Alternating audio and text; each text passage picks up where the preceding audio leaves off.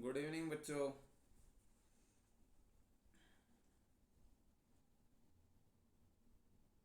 Good evening sir. Good evening. Good evening sir. नाम और बोलो बेटा, ऐसे पहचान में नहीं आते कौन बोल रहा है। पहले तो कनिष्का ने बोला था गुड इवनिंग, उसके बाद वंदना।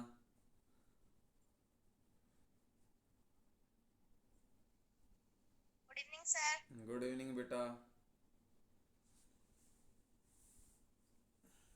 लक्ष्य बेटा, आप कहाँ गायब हो गए?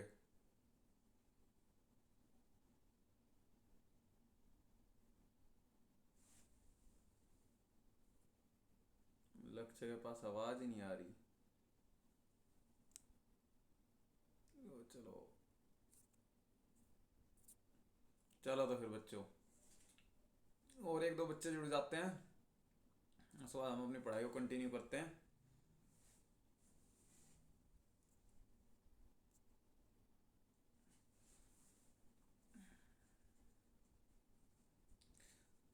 तो अब मेरे को एक तो आज एक से और आ जाए बच्चे। वॉइस क्लियर है सब बच्चों को? Yes sir. हाँ तो बेटा कनिष्का, चलो आपसे स्टार्ट कर देते यस हैं। सर। हाँ, लक्ष्य आपको आ रही है बेटा क्लियर वॉइस?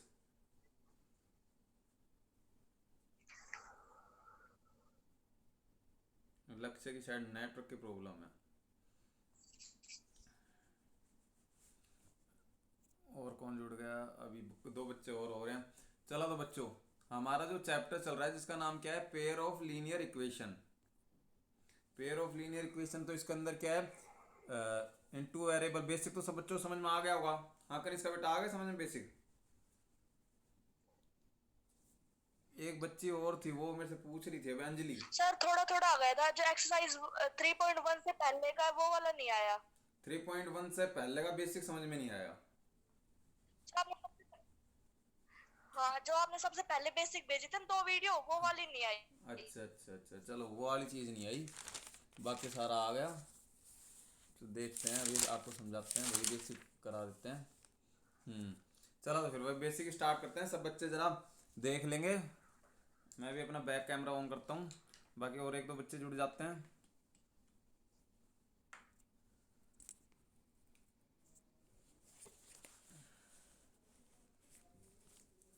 यही था ना बेटी, बेटा कनिष्का, बेसिक तो इसका यही है। सर यही हाँ तो ये वाला है। क्या कह रहे सर यही वाला है। हैं? हाँ चलो ठीक है, तो ये सर बेस। आपकी आवाज कट रही है। अब आ रही है बेटा क्लियर? अभी तक एयरफोन नहीं था, एयरफोन लगा लिया, अब आई क्लियर। वो आपके यस सर। अब आपका अगर हो सकता है तो आपके बिहाफ पे नेटवर्क की प्रॉब्लम हो सकती है। तो कोई बात नहीं, यूट्यूब पे देख लेना, ये पूरा लेक्चर मैं यूट्यूब पे भी डाल दूंगा। ज़्यादा टेंशन लेंगे, वहाँ क्लियर आएगी। देखो बच्चों, सबसे पहले अगर हम बात करें तो हम कर रहे हैं chapter third. Chapter third, chapter third basic कर रहे हैं इसका। तो बेसिक बच्चों को, काफ़ी बच्चों को नहीं आया था, अंजलि को भी नहीं आया था। अंजलि भी कह रही थी सर बेसिक नहीं आया 3.1 का।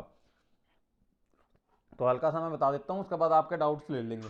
तो बेसिक में क्या है, जो आपकी क्या होती है, पहले तो जो लीनियर इक्वेशन होती है वो टू वेरिएबल्स में दे रखी है। लीनियर इक्वेशन तो आपको पता होता है क्या होती है। लीनियर इक्वेशन जिसके अंदर भी वेरिएबल की पावर वन हो, ठीक है, तो उसको हम लीनियर इक्वेशन कह देते हैं। फिर कह रहे हैं इन टू वेरिएबल, तो इसका मतलब क्या है, इसके पास दो वेरिएबल्स होंगे, एक एक्स वेरिएबल ले लिया और एक वाई ले लिया।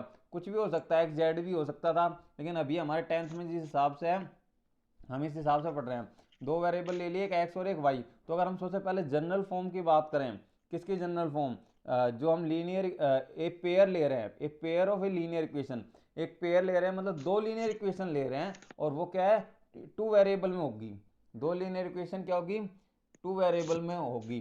तो इसके अंदर देखो, तो अगर हम जनरल फॉर्म की बात करें तो लीनियर इक्वेशन, किसी भी लीनियर इक्वेशन की जनरल फॉर्म क्या होगी, ए वन। सबसे पहले लीनियर इक्वेशन की जनरल फॉर्म क्या होती है? लीनियर इक्वेशन की जनरल फॉर्म होती है बेटा a x plus b y plus c is equal to zero. अगर हम कोई लीनियर इक्वेशन लेते हैं in two variable, in two variable अगर कोई लीनियर इक्वेशन लेते हैं तो उसकी जनरल फॉर्म होती है a x plus b y plus c. समझ में आ रहा है बेटा सबको ये यस सर। हाँ, सर आ रहा है। आ रहा है ना, तो अच्छे से आ जाएगा, कोई Yes. कोई प्रॉब्लम नहीं होगी। सबसे पहले अगर हम एक ही लीनियर इक्वेशन लेते हैं, अब यहाँ पे एक पेयर ले रहे हैं वो बात अलग है कि पेयर ले रहे हैं, लेकिन आप अगर सिंपल एक लीनियर इक्वेशन लेते हैं तो उसकी जनरल फॉर्म होती है a x plus b y plus c is equal to zero. और यहाँ पे एक्स और वाई क्या है, एक्स और वाई तो हो गए वेरिएबल, और ए बी सी को आप क्या कह सकते हो, कोई रियल नंबर, ये कोई रियल नंबर है, और या फिर हम कह सकते हैं कोई कांस्टेंट है। तो ए बी सी क्या हो गए हमारे, कांस्टेंट्स हो गए, और एक्स वाई हमारे क्या हो गए, वेरिएबल हो गए। अब इस केस के अंदर हमें क्या लेना है, दो लीनियर इक्वेशन लेंगे और उनको सोल्व करना सीखना है। उनको सोल्व करना मतलब हमें एक्स और वाई की वैल्यू निकालनी है। देखो, एक लीनियर इक्वेशन को अगर आप सोल्व करते हो ना, एक लीनियर इक्वेशन को सोल्व करने का मतलब क्या होता है, सोल्व करने का मतलब ये होता है कि उसके अंदर एक्स और वाई की वैल्यू फाइंड आउट करना। यहाँ पे सोल्व करने का मतलब रहेगा उसके एक्स और वाई की वैल्यू फाइंड आउट करना। तो अगर एक सिंपल एक ही लीनियर इक्वेशन को सोल्व करते हो तो बेटा सॉल्यूशन क्या आता है, हमेशा सॉल्यूशन उसका बहुत सारा आता है, क्योंकि एक लीनियर इक्वेशन के अंदर तो बहुत सारे पॉइंट्स होते हैं, हमें कोई नहीं होता। अगर आप दो लीनियर इक्वेशंस को ले लेते हो तो क्या आपको कोई ना कोई फिक्स एक्स और वाई की वैल्यू आपको मिल जाती है कि एक्स की वैल्यू ये होगी या ये होगी। तो सॉल्यूशन का मतलब यही है कि हमें एक्स और वाई की वैल्यू फाइंड आउट करना है। तो अब इसके अंदर अगर हम बात करें, अगर दो लीनियर इक्वेशन आपको दे रखी हो तो आप क्या एक्स और वाई दो की वैल्यू निकाल सकते हो, दो वेरिएबल्स की। और अगर आपको क्या है तीन वेरिएबल की लीनियर इक्वेशन दे दिया जाए तो आपको क्या होगा, तीन लीनियर इक्वेशन चाहिए होगी, तभी आप तीन वेरिएबल की वैल्यू निकाल सकते हो। लेकिन अभी के लिए हम क्या दो सर इक्वेशंस। इसमें A1 हाँ बोलो बोल। सर इसमें A1 और A2 क्यों लिख रखा है, A1 B1 सर ऐसे? अच्छा, A1 B1 क्यों लिख रखा है, चलो वो बताता हूँ, एक्सप्लेन करता हूँ बेटा प्रियंका। तो इसके अंदर देखो, अब इस केस में ना बेटा दो इक्वेशन है। अब इसने कहा ना ए pair of a linear equation, pair का मतलब दो, पेयर तो दो ही होता है, तो हम क्या दो लीनियर इक्वेशन को सोल्व कर रहे हैं, तो इसलिए हमें क्या है A1 पहले तो जनरल फॉर्म में a x plus b y plus c माना था, लेकिन इस केस के अंदर क्या है, अब हमें दो इक्वेशन बनानी है। तो दो इक्वेशन बनानी है तो वेरिएबल तो क्या एक्स और वाई सेम है दोनों में, लेकिन जो ए बी सी है, क्योंकि दो इक्वेशन बनानी है तो इसकी वैल्यू क्या होगी, A1x होगी, B1y होगी और C1 होगी। अब दूसरी इक्वेशन में हम A1 ही थोड़ा ना लिखेंगे, अगर सेम थोड़ा ना नंबर होगा, क्या पता इसका जो कोफिशिएंट हो, एक्स का जो कोफिशिएंट हो इस केस में अलग हो, इस केस में अलग हो, तो हमने इसको अंदर क्या अलग अलग दिखा दिया। इसका A1 प्रीतम बेटा मुंह से भी बोल सकता है, हाई लिख के भेज रहा है मैसेज में, चलो कोई नहीं। देखो A1x और प्लस B1y और C1 कर दिया, क्योंकि हमने इसके जो पहली लीनियर इक्वेशन है उसके सारे वेरिएबल्स को, सॉरी इसके सारे कोफिशिएंट्स को हमने क्या मान लिया, A1 B1 और C1, और दूसरी इक्वेशन होगी तो उसका हमने मान लिया A2x B2y और C2 इक्वल टू जीरो। और अगर तीसरी इक्वेशन अभी हमारे सिलेबस में है नहीं, अगर तीसरी इक्वेशन भी अगर हमें बनानी होती तो उसको हम लिख देते A3x plus B3y plus C3 is equal to zero. ये क्या है बेटा, ये क्या तीन इक्वेशन है, अगर दो इक्वेशन है, दो की बात, हाँ दो की इक्वेशन है तो उसके अंदर में दो अलग अलग इक्वेशन को बना के दिखानी है। दो अलग अलग इक्वेशन की अगर जनरल फॉर्म की बात करें एक पेयर की, तो वो आपकी एक ये हो जाएगी और एक ये हो जाएगी। समझ में आया बेटा प्रियंका? गुड आफ्टरनून सपना बोल। Yes, sir. समझ में आ गया ना? तो ये जनरल फॉर्म होगी इनकी, दो इक्वेशन लेनी है तो हमने इसके इसकी जनरल फॉर्म माननी। तो अब बेटा ये दो अगर इक्वेशन दो आपको दे रखी हो और वो क्या कुछ भी दे सकता है, यहाँ तो हमने एक्स वाई को तो वेरिएबल मानना है, तो A1 B1 C1 कोई रियल नंबर है, कुछ भी रियल नंबर हो सकता है, ठीक है। तो इसको हम कितने तरीके से सोल्व कर सकते हैं। अगर आपको क्या दे रखा है, आपको अगर कोई दो a pair of linear equation दे रखा है इन टू वेरिएबल, तो आप क्या उसको आप दो तरीके से सोल्व कर सकते हो। दो तरीका का, एक तो आपका ग्राफिकली मेथड होगा, एक होगा आपका एल्जेब्रिक मेथड। मतलब हमें सोल्व करने का मतलब तो मैं बता चुका हूँ, एक्स और वाई की वैल्यू हमें फाइंड आउट करनी है, उसे ही हम क्या कहते हैं, सॉल्यूशन कहते हैं। और ग्राफिकली मेथड के अंदर क्या होगा बेटा, जैसे हमने छोटी क्लास में 9th में भी थोड़ा बहुत पढ़ाया था मैंने आपको, तो तब देखा था कोई इक्वेशन दे रखी होगी, उसके अंदर एक्स और वाई की वैल्यू निकालेंगे और फिर उसके अंदर ग्राफ के अंदर ना ग्राफ बनाएंगे। मतलब जो ग्राफ होगा उसके अंदर हम क्या है, एक लाइन उन पॉइंट्स पे डिनोट करते जाएंगे और एक लाइन बनती जाएगी। इसी तरीके से इसकी एक लाइन बनेगी और इसकी एक लाइन बनेगी, वो डब्बा सा बना के, याद होगा ना सब बच्चों को, ऐसे डब्बा बना लेते थे फिर। Yes, sir. तो ग्राफिकली मेथड में क्या होता है, एक लीनियर इक्वेशन की एक लाइन बन जाती है, दूसरी लीनियर इक्वेशन की सेकंड लाइन बन जाती है।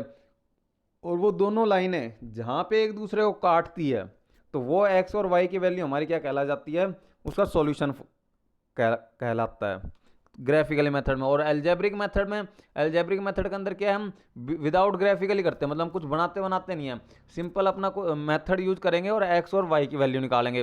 तो एल्जेब्रिक मेथड से अगर आप क्या, अगर किसी को सोल्व करना चाहते हो ए पेयर ऑफ लीनियर इक्वेशन को, मतलब दो लीनियर इक्वेशन दे रही है उनको सोल्व करना चाहते हो तो आप तीन तरीके से कर सकते हो। तीन तरीका क्या है, एक तो मतलब एक्स और वाई की वैल्यू अगर आप निकालना चाहते हो तो you have a three way, one way is substitution method, another is elimination method, और last one is our cross multiplication method.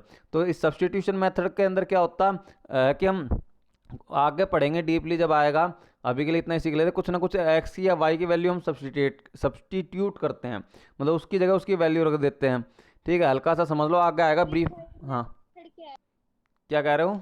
Third method, third method is और बेटा क्रॉस मल्टीप्लिकेशन मेथड। ये तीन मेथड है, इनको हम ब्रीफ में इस चैप्टर में आगे पढ़ेंगे वन बाय वन, ज़्यादा टेंशन नहीं लेनी इनकी। तो क्या है, तीन मेथड से, एल्जेब्रिक मेथड के अंदर आप क्या तीन मेथड से एक्स और वाई की वैल्यू निकाल सकते हो। एक हो जाता है आपका सब्सटीट्यूशन मेथड, दूसरा एलिमिनेशन, और थर्ड वन इज और क्रॉस मल्टीप्लिकेशन मेथड। ठीक है, ये तीनों मेथड क्या काम आते हैं, ये तीनों मेथड बेटा एक्स और वाई जो हमें वेरिएबल दे रखे हैं दोनों लीनियर इक्वेशन में, उनकी वैल्यू को फाइंड आउट करने के काम आते हैं। ये समझ में आई सब बच्चों को यहाँ तक बात? Yes sir. हाँ बट यस सर। कनिष्का आपको? Yes sir. हाँ सब बच्चे यस यस बोलने लग गए, वेरी गुड। अब ऐसा लगता है, अब ऐसा लगता है जैसे जब तुमसे ऐसे जूम पे क्लास लेते हैं, ऐसा लगता है क्लास में ही बैठे हैं हम और क्लास में बैठ के ही पढ़ रहे हैं। चलो तो फिर आगे चलते हैं, आगे देखते हैं बेटा। अब वो जो आपका सॉल्यूशन आता है इनसे, अब इनसे आता है आप सब्सटीट्यूशन, एलिमिनेशन और क्रॉस मल्टीप्लिकेशन मेथड से, तो क्या है आपका वो क्या हो सकता है, या तो वो दोनों इक्वेशन को सोल्व कर रहे हो एक्स और वाई की, सिर्फ क्या है कोई एक वैल्यू आ जाएगी कि एक्स की वैल्यू फिक्स आ जाएगी, 5 है 4 है या 3 और 2 है।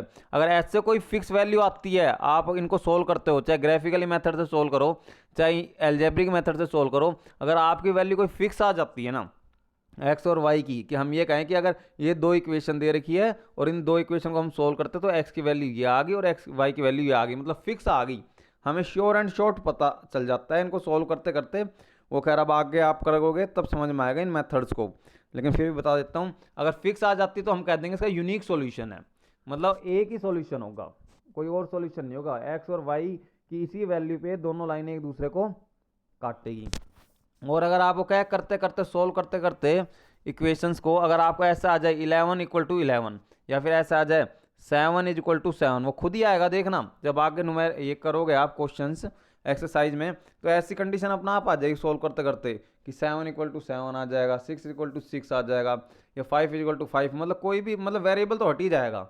हम वेरिएबल की वैल्यू निकालना चाहेंगे लेकिन उसके अंदर से क्या है वेरिएबल की वैल्यू नहीं निकलेगी, वो दोनों इक्वल आ जाएंगे। तो उस केस में क्या होगा, इन तीनों मेथड के अंदर ऐसी कंडीशन आ जाए एक चीज दूसरे के बराबर आ जाए तो हम कहेंगे इनफाइनाइटली मैनी सॉल्यूशन, मतलब इन दोनों लाइनों के बहुत सारे सॉल्यूशन है। मतलब ऐसे बहुत सारे सॉल्यूशन कैसे हो सकते हैं बेटा, देखो दो लाइनें अगर एक दूसरे को काटती है तो हम कह देते हैं दो लाइनें एक दूसरे काटती है तो ये पॉइंट जो है ये इनका सॉल्यूशन है। और इनफाइनाइटली मैनी सॉल्यूशन कब हो सकते हैं, जब एक लाइन दूसरी लाइन के ऊपर से जा रही हो, तब तो एक लाइन दूसरी लाइन के ऊपर है तो ये पॉइंट भी इसको सेटिस्फाई करेगा, ये पॉइंट भी, ये पॉइंट भी, सारे पॉइंट सेटिस्फाई करेंगे, तो इसके पास इनफाइनाइटली मैनी सॉल्यूशन है, इसके पास बहुत सारे सॉल्यूशंस है। तो उस केस के अंदर ये हो जाएगा। और लास्ट वन इज और पैरेलल लाइन, ऐसा भी हो सकता है आप क्या दो लीनियर इक्वेशन को सोल्व कर रहे हो, अब ग्राफिकली में तो हमें पता चल जाता था, क्यों ग्राफ के थ्रू हम अगर हम करते ग्राफ में करते तो ग्राफिकली में तो हमें पता चल जाता कि भाई वो दो लाइन एक दूसरे को काट रही है, या फिर दो मतलब आपकी क्या है वो कोइंसिडेंट लाइन जा रही है, मतलब एक लाइन के ऊपर ही दूसरी लाइन जा रही है, या फिर लास्ट वन इज अवर, हाँ last one is our parallel line, तो उसमें पता चल जाता कि अगर दो लाइनें एक लाइन दूसरी लाइन के पैरेलल है, मतलब एक दूसरे को कहीं भी नहीं काट रही, तो अगर इस केस में ये कैसे बताएगा हमें कि भाई ये लाइनें पैरेलल है, यूनिक सॉल्यूशन होगा तो खुद ही बता देगा। और अगर ऐसी कंडीशन आ जाए सोल्व करते करते तो ये बता देगा इनफाइनाइटली मैनी सॉल्यूशन है। और अगर ऐसी कंडीशन आ जाए, ऐसी कंडीशन क्या आ जाए कि 4 इज इक्वल टू 0 आ जाए, 7 इज इक्वल टू 0 आ जाए, या 3 इज इक्वल टू में 4 आ जाए, करते करते अपना आप आ जाएगा आपके पास। तो इसका मतलब क्या है, ये क्या होगी, दोनों लाइनें पैरेलल लाइन होगी। मतलब हमें पता है 3 बराबर इक्वल होगा हमेशा 3 के, 5 इक्वल होता है हमेशा 5 के, लेकिन इस केस में क्या है, कोई अलग नंबर किसी अलग नंबर के इक्वल आ जाएगा, तो हम क्या कर देंगे, इसका सॉल्यूशन नहीं होगा और ये क्या होगी, दोनों लाइनें पैरेलल लाइन होगी। समझ में आई इतनी कहानी बेटा? Yes sir. वंदना, वंदना को आ गई, कनिष्का को भी सर आ आ गई। गई। सपना बेटा आपको? सर आ गई। वेरी गुड, तो इतना तो क्लियर हो गया सब बच्चों को। तो अब आगे अगला बेसिक तो आपने उस पर देख के समझ ही लिया होगा, ये वाला बेसिक तो आता होगा आपको कि ये कोइंसिडेंट क्या होता है, इनकॉन्सिस्टेंट क्या होता है, ये क्लियर है बच्चों सबको? वो वीडियो में थोड़ी आता है। आता है, यस सर। वो वीडियो में थोड़ी बहुत प्रॉब्लम थी, वो क्या था, वो थोड़ा बहुत मैंने ऑनलाइन क्लास ले रहा था ना यूट्यूब पे लाइव, तब उसके अंदर वॉइस बीच बीच में कट भी रही थी और वीडियो क्लैरिटी भी नहीं आ रही थी। चलो किसको आता है ये बताओ फिर, सबको आता है ये चीज़? वंदना क्लियर है बेटे? हाँ सर, सर आता है। नो कौन बोल रहा है? Yes sir. प्रीतम बेटा सर आपका, प्रियंका, सर मुझे नहीं आता है। आपने देखी नहीं होगी क्लास, देखी थी यूट्यूब पे जो मैंने ग्रुप में डाली थी बेटा प्रियंका? यस सर, देखी थी सर। बट समझ में नहीं आया। चलो कोई बात नहीं, हल्का सा बता देते हैं। प्रीतम बेटा आपको आया? सब बच्चे ऐसे कैमरा बंद करके, सर नहीं आए। नहीं आया? वीडियो देखी नहीं होगी आपने, मेरी देखी थी? सर देखी थी पर समझ में ही नहीं आया। अच्छा चलो, तो फिर अब यहाँ समझो, जिन बच्चों को नहीं आया वो कर लेते हैं, नहीं तो फिर कल, नहीं तो परसों फिर एक और डाउट क्लास ले लेंगे अगर ज़्यादा डाउट होंगे तो। चलो इसको समझाता हूँ मैं फिर अच्छे से। सब बच्चे ऐसे कैमरा बंद करके बैठे हैं, देखो चलो अब समझाते हैं बेटा। इसके अंदर क्या है, अब जैसे हम इस चैप्टर को आगे बढ़ेंगे तो फर्स्ट एक्सरसाइज में तो मतलब कुछ इतना खास है नहीं, उसके अंदर हमें क्या लीनियर इक्वेशन ये बनानी है। ज़रा एक बच्चा बुक के ऊपर कैमरा करना, अपनी के ऊपर, फर्स्ट एक्सरसाइज के ऊपर। मेरे पास बुक नहीं है बेटा अवेलेबल, यहाँ पर मेरी बुक में मिस प्रिंटिंग है थोड़ी बहुत, तो इस वजह से आपको हेल्प करनी पड़ेगी बुक दिखा के 3.2 एक्सरसाइज तक। हाँ ये प्रियंका ने कर लिया। बेटा पूरा पेज दिखाओ, थोड़ा कैमरा ऊपर करो, मेरे को पता चल जाएगा। 3.2 या 3.1? बेटा फर्स्ट पेज ही खोल दो आप, पहले एक काम करो, 3 चैप्टर का ही फर्स्ट पेज खोल दो।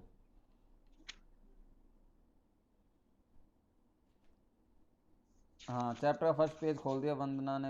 हाँ चलो ये तो समझा दिया, अगला पेज पे करो कैमरा, नेक्स्ट पेज पे करो।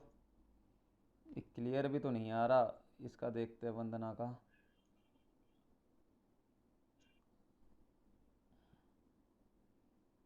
हाँ 3.1, तो अब ये 3.1 सब बच्चों से हुई नहीं हुई, ये बताओ पहले। 3.1 एक्सरसाइज सर नहीं हो हुई। गई। सर हो गई। किससे नहीं सर हुई? हो गई। सर कनिष्क, क्वेश्चन फर्स्ट नहीं हुआ। कनिष्क का बेटा क्वेश्चन फर्स्ट नहीं हुआ? सर क्वेश्चन फर्स्ट नहीं हुआ बस। अच्छा क्वेश्चन फर्स्ट नहीं हुआ, चलो क्वेश्चन फर्स्ट देख लेते हैं एक बार। कोई बच्चा ढंग से दिखाएगा तो ही हो पाएगा ये क्वेश्चन, अगर मैं पढ़ पाऊंगा क्वेश्चन को तो। हफ्ता, सर देखिए सर मेरा देखिए। हाँ एक सेकेंड, सब बच्चों को, हाँ देखते हैं जरा क्वेश्चन क्या कह रहा है बेटा। Aftab tell his daughter 7 years ago, Aftab कोई है, वो अपनी बेटी से कह रहा है, अपनी डॉटर से कह रहा है कि 7 years अगो, आज से 7 साल पहले, आज से अगर हम 7 साल पहले की बात करें तो कह रहा है 7 years ago I was 7 times old age, एक सेकंड मैं पेज ही खोल लेता हूँ, अच्छे से समझ में आएगा फिर करते करते साथ साथ ही।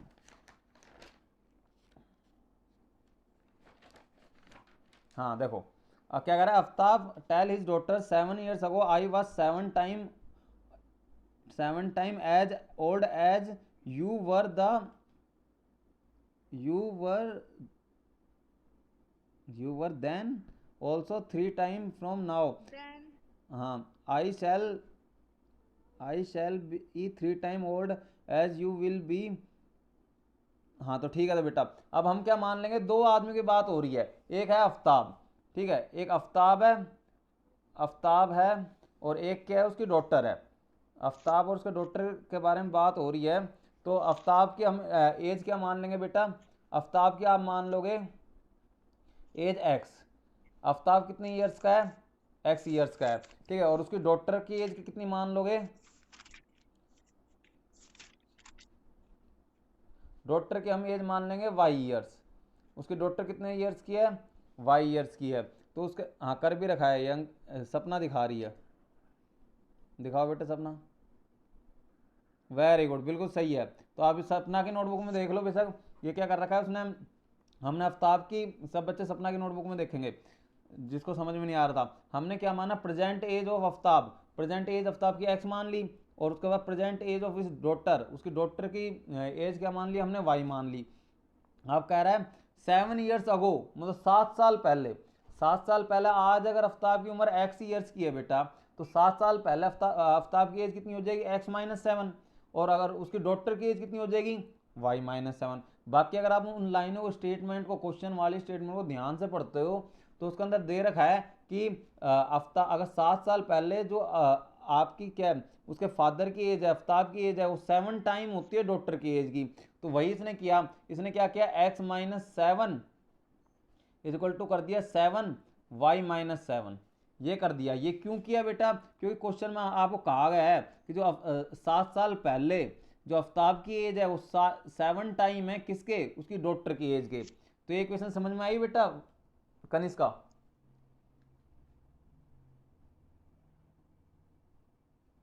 हाँ आ गई, हाँ हाँ ठीक है। तो ये फर्स्ट इक्वेशन बन गई, और फर्स्ट इक्वेशन अगर ये बन गई तो बाकी तो बेटा आप इसको सॉल्व इजीली कर सकते हो, ठीक है। इसको ओपन कर देना, एक्स वाई को और कांस्टेंट को एक साइड ले आओ, जैसे कि सपना ने कर रखा है, ये क्लियरली कर रखा है। तो ये आपकी एक इक्वेशन बन गई x-7y-42, ये इक्वेशन बन गई। फिर आगे उसी में एक बात और कह रखी है, उसी क्वेश्चन में, बुक में अगर ध्यान से पढ़ते हो स्टेटमेंट को, तो कह रही है 3 ईयर्स फ्रॉम नाउ, आज से 3 साल आगे, आगे की बात कह रहा है। अब आज अगर आफ्ताब की उम्र एक्स ईयर है, तो 3 साल बाद, और पहले तो पहले की बात कर रहा था, अब वो कर रहा है बाद की बात, तो 3 साल बाद उसकी उम्र कितनी हो जाएगी, एक तो x+3 हो जाएगी, और उसकी बेटी की भी 3 साल बड़ी हो जाएगी, अगर वो भी 3 साल बाद की बात करोगे, तो उसकी डॉक्टर की एज क्या होगी, y+3 होगी। तो उसमें क्वेश्चन में अगर उसको दो बार, स्टेटमेंट वाले हैं, थोड़ी बहुत कॉम्प्लिकेशन आ सकती है, लेकिन स्टेटमेंट को जितना ध्यान से पढ़ोगे ना 2 से 3 बार, आपके माइंड में कंसेप्ट क्लियर हो जाएगा।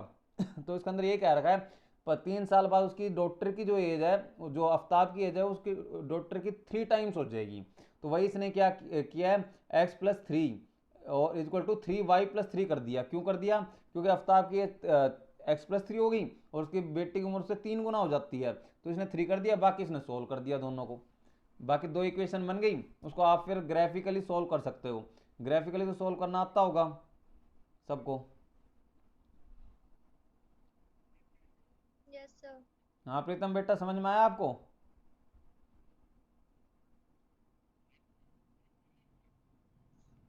ये क्या, हाँ यस सर। आ गया। चलो तो ये फर्स्ट क्वेश्चन क्लियर भाई सबको। Yes sir. बाकी इस एक्सरसाइज के बुक दिखाओ बाकी। Yes sir.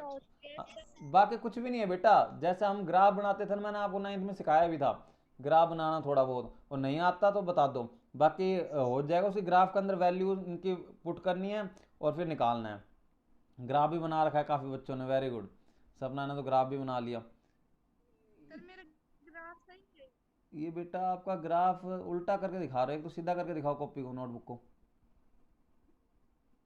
ग्राफ में कुछ गड़बड़ सी लग रही है मेरे को आपके ग्राफ में, मतलब दोनों लाइनें एक ही सर लाइन, मेरी एक्स दोनों लाइनें एक ही आ रही है क्या, या अलग अलग आ रही है।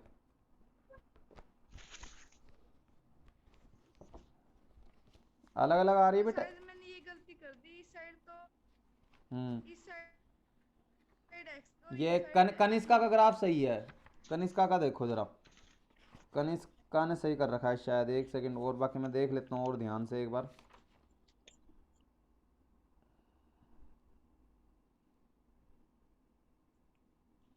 दिखाना एक बार बेटा कनिष्का, ये वैल्यू थोड़ा क्लियर नहीं आ रहा कैमरा आपका,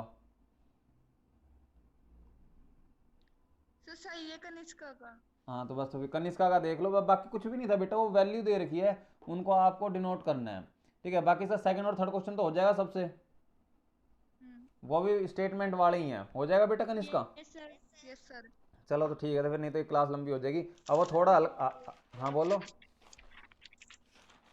अब जो हल्का सा बेसिक था वो मैं एक बार और बता देता हूँ, ये वाला बेसिक था, काफ़ी बच्चों को नहीं आ रहा था। ठीक है, और ये चीज़ बेटा इंपॉर्टेंट भी है थोड़ी सी। ठीक है, इस चीज़ को एक बार ध्यान से समझ लोगे ना तो आपका सबका काम बन जाएगा।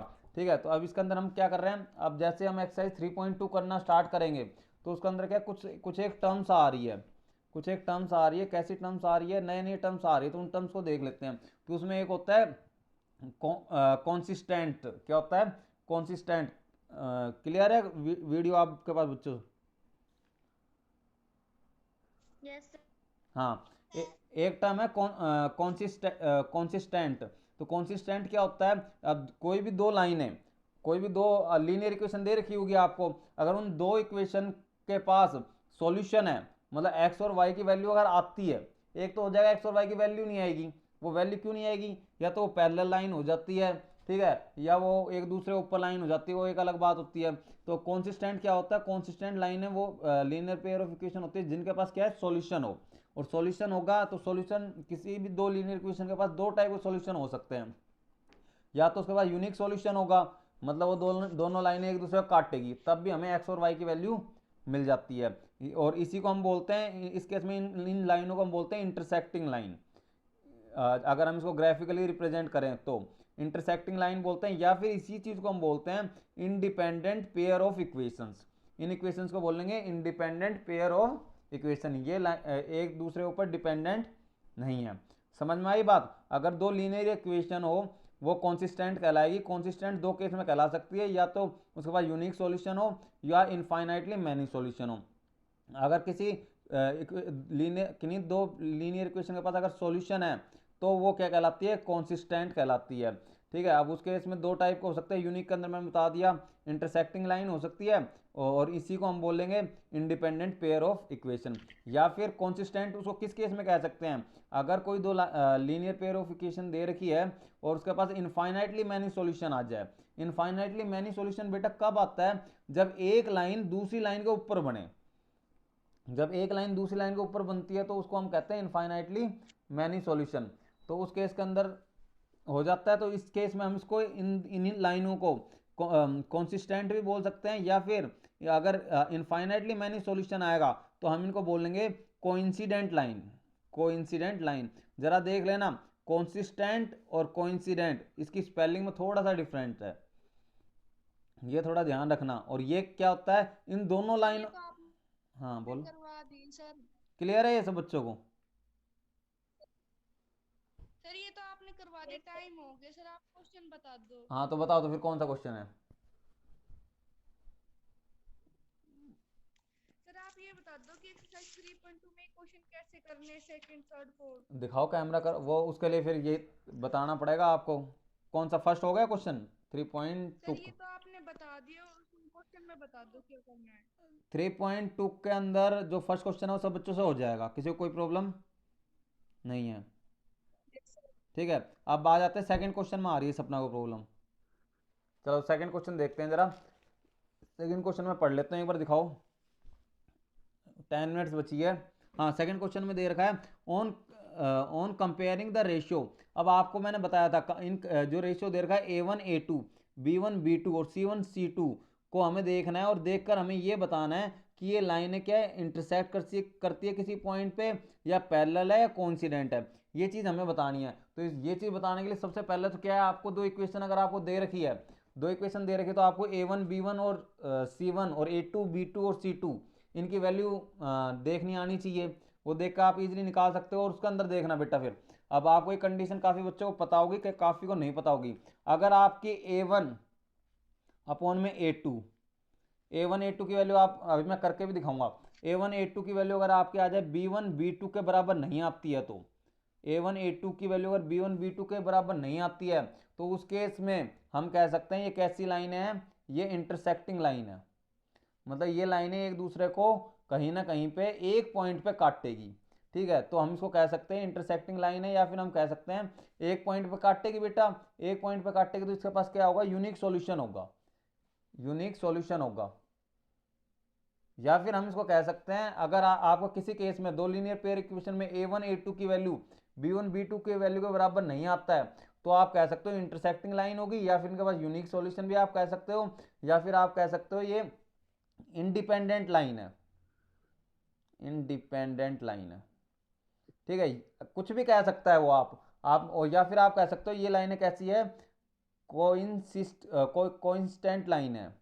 ठीक है, तो आप देखो अब पहला या फिर अगला केस क्या होगा, अगला केस अगर आपकी a1 अपॉन में a2 की वैल्यू क्या है, b1 b2 के बराबर आ जाए, b1 अपॉन में b2 के बराबर आ जाए, और क्या है यही वैल्यू आपकी c1 c2 के बराबर आ जाए। ध्यान से देखना, ये पता है बेटा सबको, ये चीज आती है क्या सबको बेटा? सर पता है मुझे तो। सर पता है। बस तो फिर फर्स्ट क्वेश्चन में है क्या, अगर आप, आती है। हाँ ये चीज अगर आपको, आती है। चलो तो फर्स्ट क्वेश्चन सर दिखाओ। थर्ड क्वेश्चन में भी यही करना है। हाँ तो ये चीज अगर आती है तो इसके अंदर सिर्फ सेकंड क्वेश्चन में क्या करना है आपको, थ्री पार्ट दे रखे हैं, इसमें पहले a1 a2 की वैल्यू पहचान लोगे आप। फर्स्ट पार्ट के अंदर a1 की वैल्यू क्या है बेटा, बताना सपना, a1 की वैल्यू क्या है, जल्दी बताओ। 5x 5x नहीं, ओनली 5 है। फाइव। हाँ, और a2 की वैल्यू -4 सर -4। a2 की वैल्यू -4 है।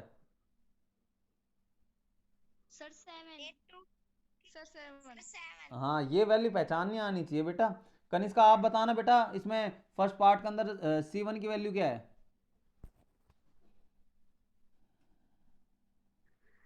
8 c1 की वैल्यू 8, वेरी गुड। तो बस बाकी तो कुछ है ही नहीं, बाकी तो इनकी वैल्यू को हमें रख के देखना है, वो आपको बुक में भी एक टेबल दी हुई है अच्छी सी, उस टेबल में देख कर आप पहचान सकते हो। और सेकंड थर्ड क्वेश्चन के अंदर बेटा आपको क्या करना है, आप इसके अंदर बस वो थोड़ा सा बदल दिया है, बस a1 a2 की वैल्यू आप पहचान लेना है इजीली, जैसे आप बता रहे हो मेरे को। ऐसे पहचानने के बाद क्या करना है, उनका रेशियो देखना है, अगर आपका इक्वल आता है नहीं आता, तो अगर इक्वल आ जाता है तो आप उसी हिसाब से कह दोगे कॉन्सिस्टेंट लाइन। कॉन्सिस्टेंट लाइन कब कह दोगे, अगर क्या है a1 नॉट इक्वल आ जाता है b1 b2 के, तो हो जाएगा कोइंसिस्टेंट लाइन, अदरवाइज कैसा हो जाएगा, वो इनकॉन्सिस्टेंट लाइन हो जाएगा। क्लियर हुआ ये बात आपको? इसी तरीके से जो आपका थर्ड, सर हो गया। हाँ फोर्थ पार्ट का सर हाँ बोलो। इसी तरीके से अगर आप फोर्थ पार्ट में भी देखते हो, तो फोर्थ पार्ट में भी हमें ये बताना है कंसिस्टेंट है या नहीं है। तो कंसिस्टेंट है या नहीं है, कंसिस्टेंट किस केस में होगा, कंसिस्टेंट उस केस में होगा जब आपको मैंने बता दिया, या तो इंटरसेक्टिंग लाइन होगी, या फिर क्या होगी, इनफाइनाइटली मैनी सॉल्यूशंस होगा, मतलब कोइंसिडेंट लाइन होगी, एक लाइन के ऊपर एक लाइन होगी, तो उस केस में कंसिस्टेंट हो जाएगा, अदरवाइज कैसा हो जाएगा, वो इनकंसिस्टेंट हो जाएगा। और फोर्थ के अंदर भी आपको क्या बताना है, फोर्थ के अंदर क्या गया, हाँ कंसिस्टेंट इनकंसिस्टेंट बताना है। हो जाएगा ये भी सब बच्चों से? सर हो जाएगा। हाँ तो बस सिंपल है, कोई प्रॉब्लम नहीं है। फिफ्थ पार्ट और दिखाओ बेटा। फिफ्थ पार्ट में क्या है, क्लियर वीडियो नहीं आ रही बेटा आप लोगों की। हाँ फिफ्थ पार्ट, हाँ फिफ्थ पार्ट के अंदर बेटा वो एक स्टेटमेंट दे रखी है, स्टेटमेंट के हिसाब से पढ़ के करने की कोशिश करना। हो जाएगा, नहीं होगा तो कल, नहीं तो परसों में फिर डाउट क्लास लूंगा, उसमें करेंगे। और इसी तरीके से फिफ्थ और सिक्स पार्ट है। सिक्स क्वेश्चन में हमें क्या करना है, सिक्स क्वेश्चन में बेटा आपको कोई एक इक्वेशन दे रखी है और कोई दूसरी इक्वेशन बनानी है, वो भी अगर आप थोड़ा सा ध्यान लगाओगे ना, तो a1 a2 और b1 b2 की वैल्यू क्या है, कब कैसे अलग लेते हो कब सेम लेते हो, उससे कर लोगे आप। अगर है फिफ्थ क्वेश्चन में प्रॉब्लम तो बताओ, मैं उसको समझाने की कोशिश करता हूँ। बाकी वीडियो एंड हो जाएगी 2 और 3 मिनट्स में। सर इसमें ग्राफ बनेगा? क्या बोलो बेटा इनमें? सर फिफ्थ और सिक्स्थ में ग्राफ बनेगा? फिफ्थ और सिक्स में कोई ग्राफ नहीं बनेगा बेटा, सिक्स के अंदर तो सिंपली इक्वेशन बतानी है दूसरी। सर एग्जाम्पल 5 नहीं आया। एग्जाम्पल 5 दिखाओ एक बार जरा, सर एग्जाम्पल 5 दिखाओ बुक में, कहाँ एग्जाम्पल 5, ये बोल रही कनिष्का, हाँ एग्जाम्पल 5 में क्या है बेटा, क्लियर नहीं आ रही बेटा वीडियो आपकी। एग्जाम्पल 5 चलो इसको हम नेक्स्ट डाउट क्लास में ही ले लेंगे फिर। अब नेक्स्ट डाउट, और बाकी एक्सरसाइज में कोई प्रॉब्लम? क्यों अब पूरा नहीं हो पाएगा बेटा ये क्वेश्चन भी, एग्जाम्पल 5 भी, इतना टाइम नहीं है। सर आप डेली नहीं ले सकते क्लास। डेली भी ले सकते हैं लेकिन सारे बच्चे जुड़ेंगे तब ना। सर सारे जुड़ जाएंगे, आप रोज इसी तरह पढ़ा दोगे सर, अच्छी तरह आ जाएगा। अच्छा, यस सर। उस वीडियो में अच्छे से समझ में नहीं आता? सर उसी वक्त डाउट क्लियर हो जाएंगे, वरना आप वीडियो में होते नो नहीं सर, अच्छे सर से। वीडियो में नहीं आता, डेली आप डाउट क्लासेस ले लियो। ठीक है बेटा, तो मैं कोशिश करता हूँ। डेली तो नहीं ले पाऊंगा क्यों, बाकी क्लासेस की लेनी होती है, लेकिन अल्टरनेट डेज पे ले लेंगे। एक दिन ली, एक दिन आज जैसे हो गई तो कल कोशिश करूंगा लेने की, नहीं होगी तो परसों तो हर 2 डेज में एक बार ले लूंगा। Yes sir. अब जैसे ट्यूसडे को होगी, वेडनेसडे छोड़ के थर्सडे को जरूर लूंगा। ठीक है, बाकी कोशिश करूंगा कि कल भी ले लूँ आपकी डाउट क्लास, ना समझ में आया तो। बाकी नाइन्थ ओके सर। नाइन्थ की तो डेली ले ही रहा हूँ मैं। ठीक है, चलो तो ठीक है बच्चों, अपने आप को सेफ रखना, आगे के लिए बाय बाय। Okay sir. तो बाय तो बोलो बेटा सारे। हाँ प्रीतम बेटा कहाँ गए? Bye sir. प्रीतम तो गायब ही हो गया। Bye sir. बाय।